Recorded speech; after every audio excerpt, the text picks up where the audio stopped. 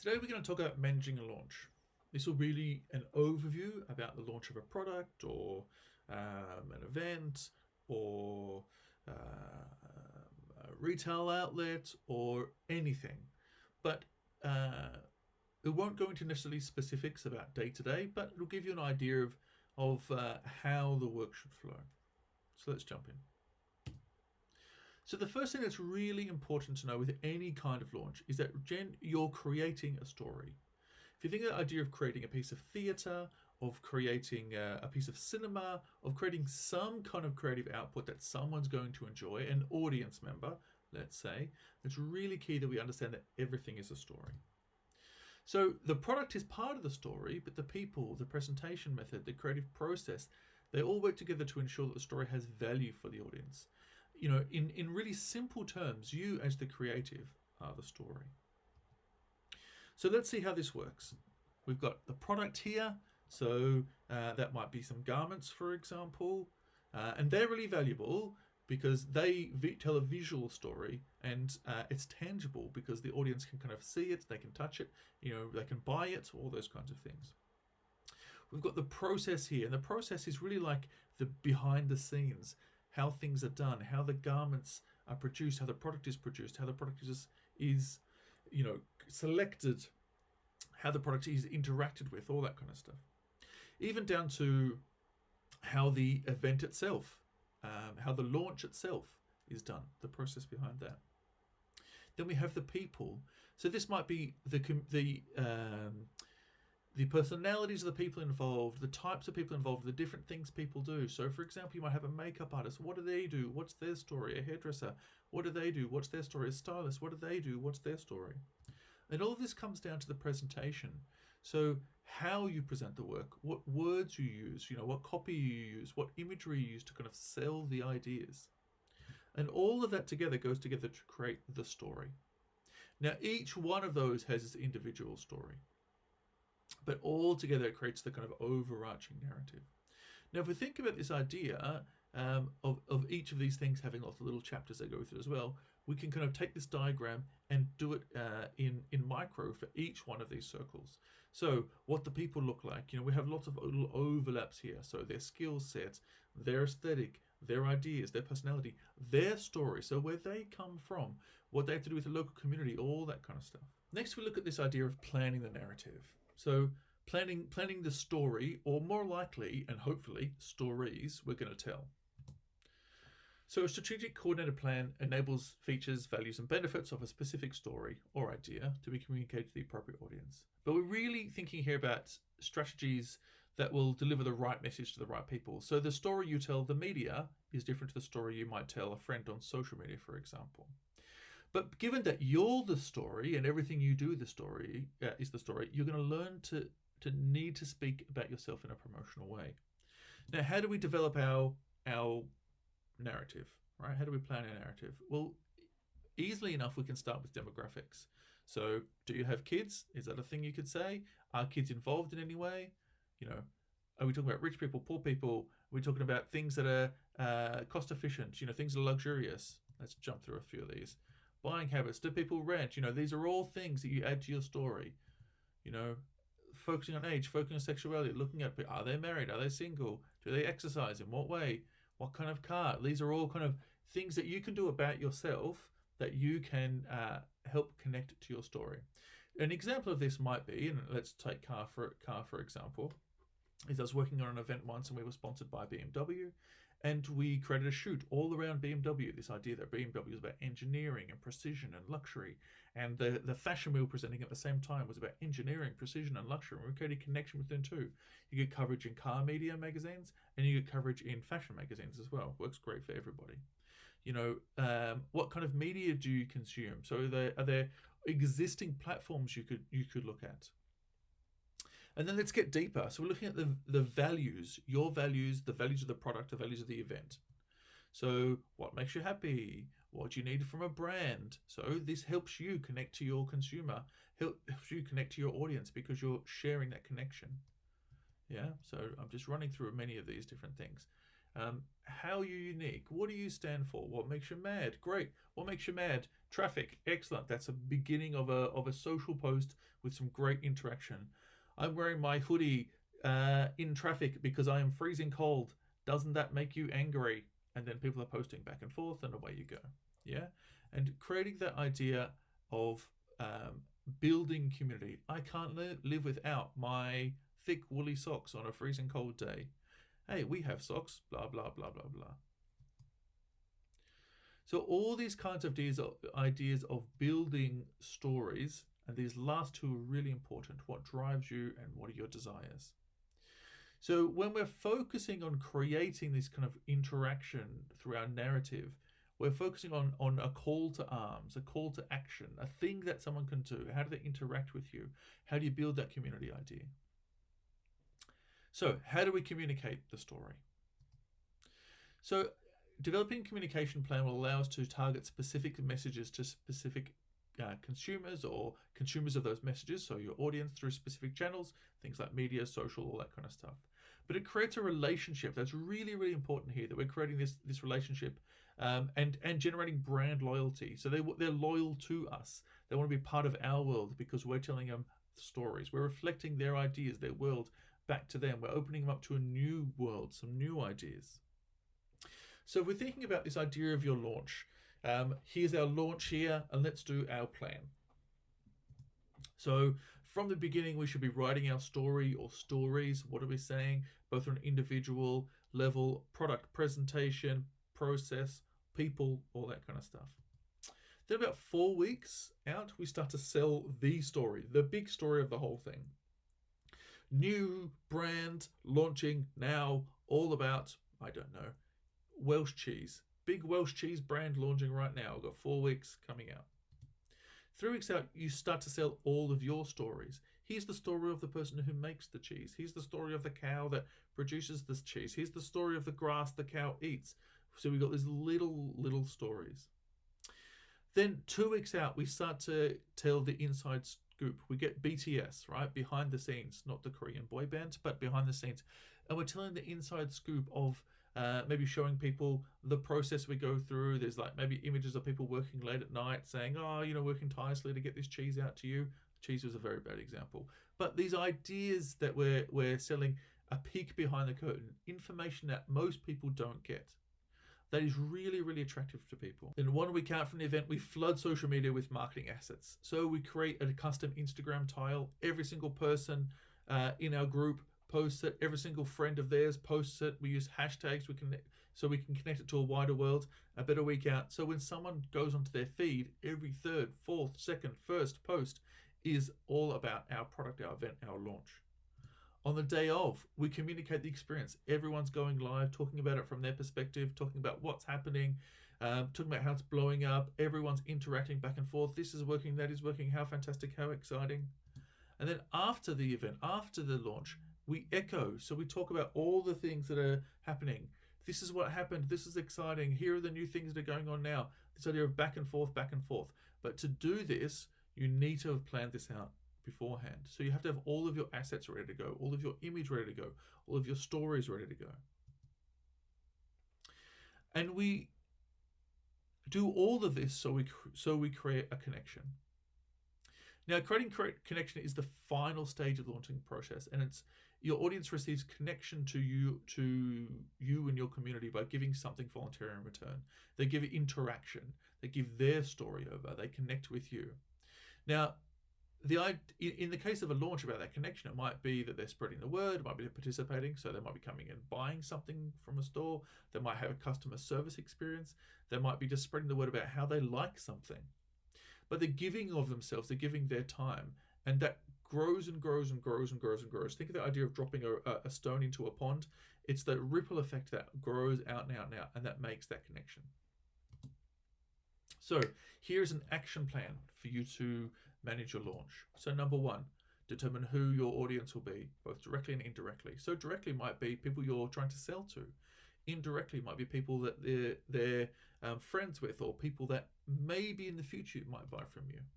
Determine what kind of stories they'll find useful. Now, when we say useful, we mean kind of engaging. We mean that they're going to use them to tell to their friends, to share on their social, to drive them to purchase.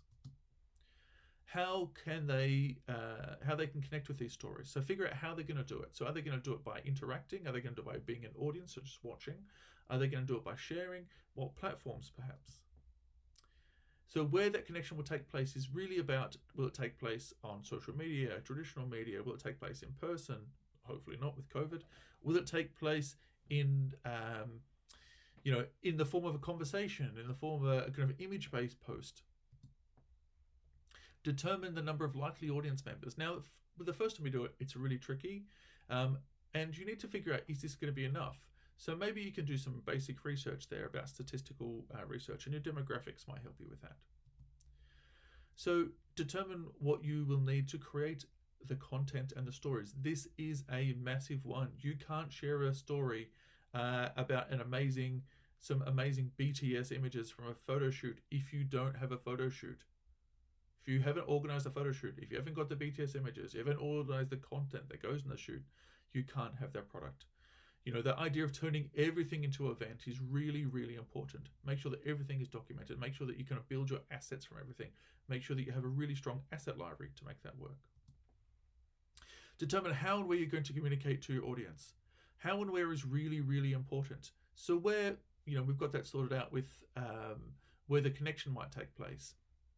But how is significant. Tone of voice, copy that you use, how often, all that kind of stuff is really important. Add value by creating connection. So this is really making a meaningful connection, an individual connection. So you might have your call to action. You might have your kind of insight. You might have sort of everyone who watches reality TV knows that gossip is the best part of the entire process. So you might have something that no one else knows. And build that community. So create a space where they can interact with each other and interact with you. Become the product. Become the kind of ideal person. And never stop. Keep going, keep going, keep going. Get it out as much as possible. People take a bunch of time to kind of to catch on with these kinds of things. And building customer relationships is really the most important factor. And this idea of a connection is fine, but a meaningful connection is most important. So we have this idea. We have an internal calculator with us that determines perceived value. By weighing the cost of an interaction against the perceived benefits of the interaction. So, for example, we've all done this. We get a message from a toxic friend. Oh my God, I'm going to leave them on read. So we can see that we've done that ourselves. The cost of that interaction is not worth the perceived benefits of the interaction. Yeah? And these kind of three things, good, nice, and on time, are really important when it comes to kind of working with your audience.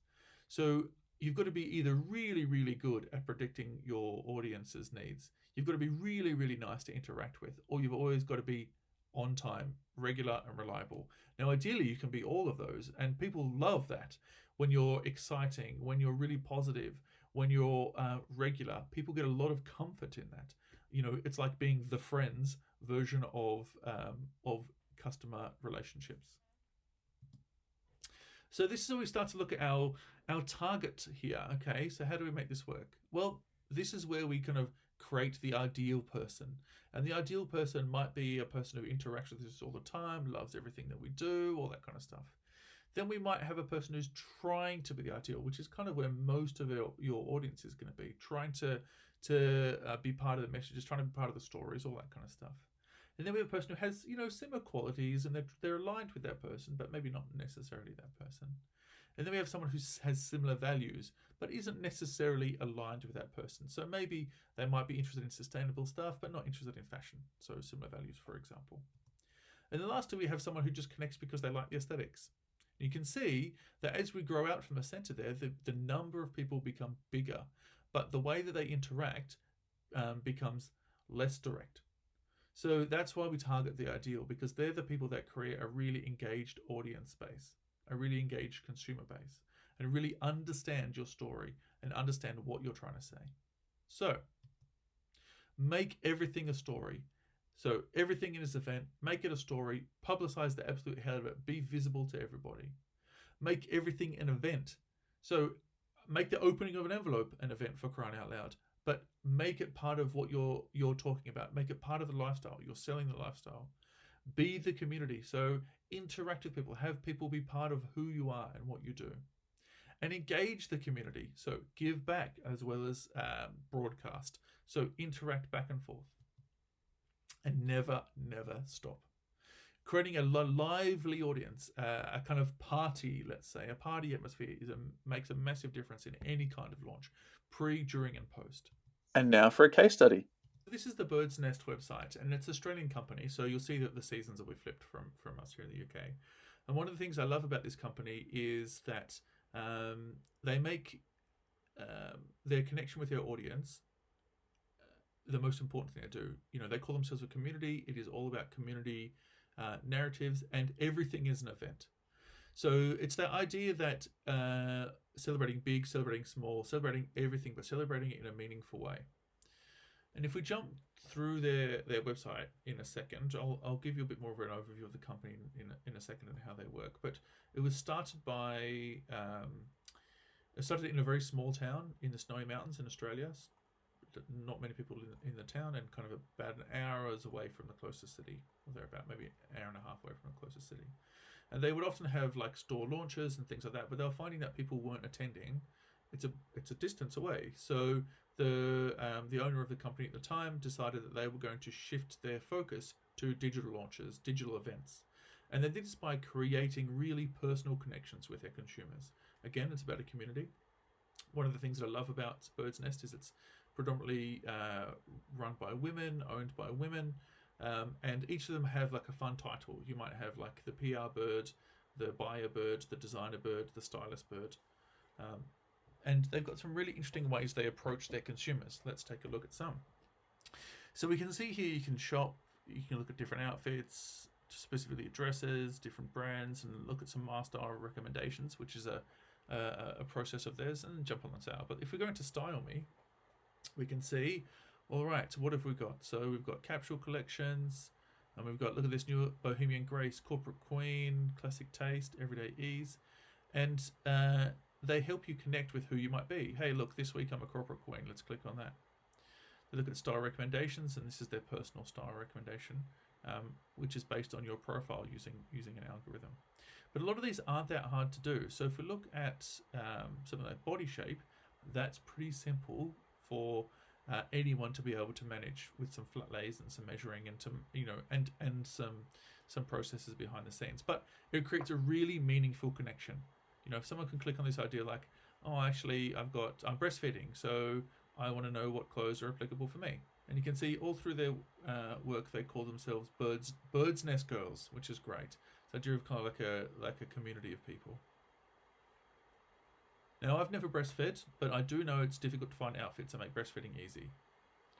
But it's always great. The idea of representation and being seen is a significant part of understanding a relationship with a customer. If a customer can see themselves reflected in the personality of the brand, then they'll have a stronger connection to the brand. And it's more like it's a more personal relationship. You can see here we've got each one of these styles will have a name. Girls Night Out, that's a good one. Simply Casual, and you can see they're just that. They're not trying to be anything other than they are.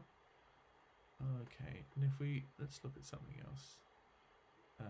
Let's look at personality. Okay, what's your fashion style? Well, I would say I'm not really playful. I'll tell you what I am though. I wish I was a lady of leisure. But I would say I'm a yummy granny. Let's click on that. And you can see they're coding for a massive, massive consumer group. But they create different stories and different narratives for each one of those groups. So if we look at, say, Yummy Granny, we could have flat lays here. These are really fun. We've got Stunning Till Dusk. That's quite good. That's a good little day outfit, summertime vibe. The whole thing styled. They've got Earthly Beauty here. We've got Summer Bliss, Casual Glam. Okay, Oh So Smart. That's quite a nice one.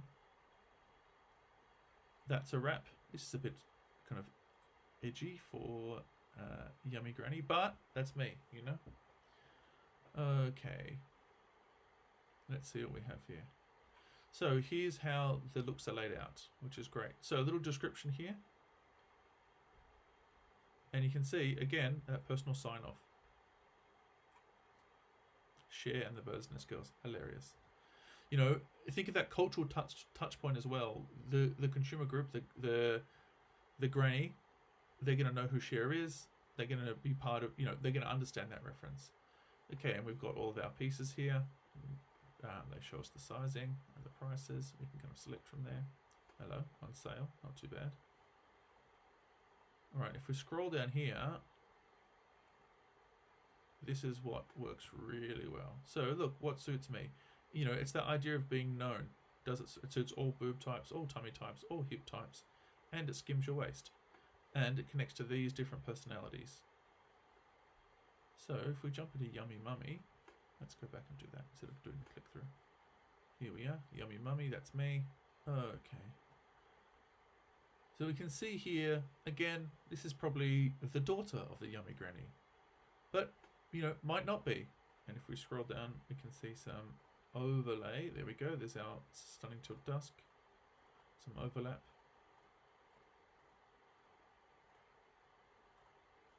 And there's our It's a Wrap. So already you're creating these kind of Venn diagrams, these crossovers between the different personality types. But your consumer doesn't know that. They're following their personality type. And so they see what you create for them. And it is personal. Now, let's say you want to shop by occasion. Where would I like to go? Somewhere fun. I don't know.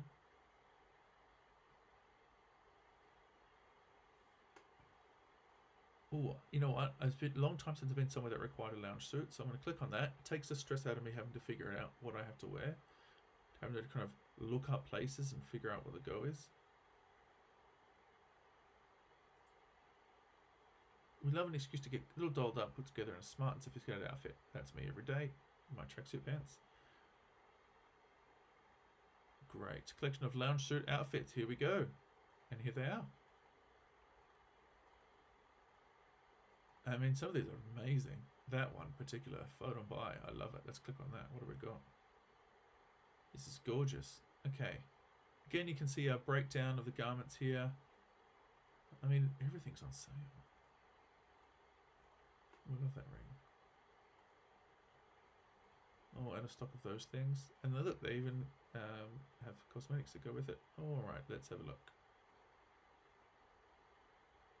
So look, they suit either a lounge suit event that requires a lounge suit, or an event that like a day party. That's kind of cool. It suits in between tummies, medium to big boobs. Let's have a look. It cinches your waist and covers up your legs. Great. And look at all these different personality types it connects with. So you're kind of building this, crumb trail that people are following to kind of connect with your brand. You're bringing them around to think that you understand who they are.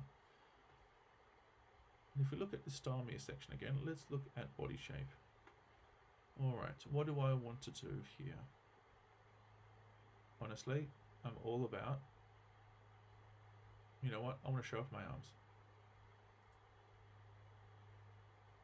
I've been hitting the gym, doing the curls. I mean, obviously not the gym because of the quarantine, but I've been moving my arms up and down whilst I've been typing.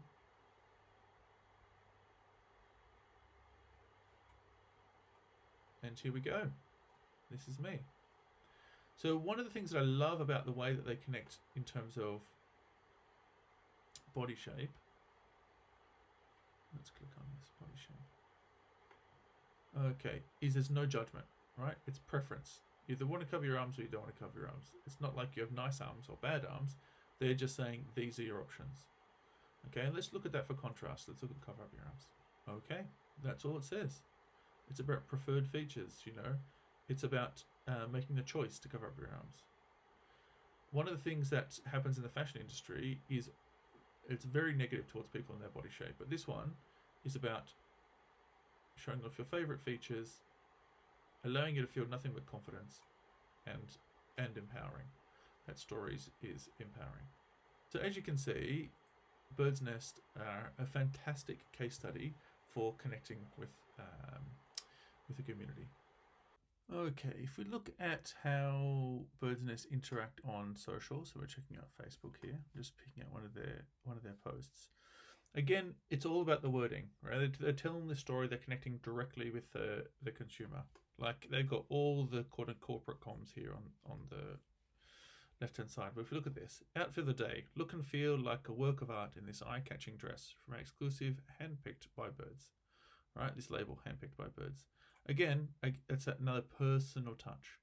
Once you're part of the Bird's Nest community, you're part of the Bird's Nest community. With a stunning print and super flattering, easy to wear shape, this dress is the ultimate throw on go style that will live instantly. That will that will instantly elevate your mood. So looking here, vibrant colors and the dress, some funky accessories. Here we go. Share your thoughts. So this is what they do most days. They share an outfit of the day and then they ask for people to share their thoughts. And if we look down, we get this kind of vibe here that it looks like a physical photo. We get our little stamp here. Your wardrobe wingbirds. You know, the idea that that they're there to support you. We get our hashtag Bird's Nest Girl there. Let's jump into the comments. So Katrina loves it. Bird's Nest are responding, which is great. Tagging somebody else, telling them they need it. Oh my god, I love it. Oh my god, scroll past this and scroll back thinking, oh wow, it's totally, a Lara print should tag her. You know, here we're having this conversation, they're engaging in it, who's liking it. Lara's loving it. You know, tagging somebody else. You know me well, I can see you rocking this. I love this dress. Not the shoes, but I'm sure I could find a pair. Thought you took the same shopping trip. Right? So what they're doing is they're kind of sparking these conversations.